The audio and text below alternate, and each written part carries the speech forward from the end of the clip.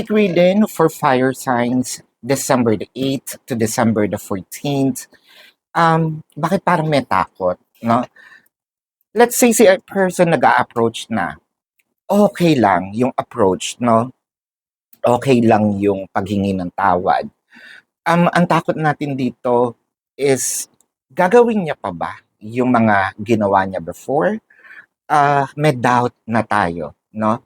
So somewhat nawala yung trust natin kay person, somewhat nawala din yung enthusiasm natin about sa connection. Walang question if kung mahal pa natin. Kaya nga tayo nasasaktan eh, no? Kaya nga meron tayong mga questions. You're starting to build walls. So, siguro kailangan mong i-repost ito or i-post ito sa wall mo para marinig ni person na hindi hindi porket pinapatawad ka, no? Um, nangangahulugang buo yung trust.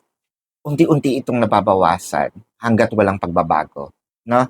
So this is your quick reading fire signs for December the 8th to December the 14th.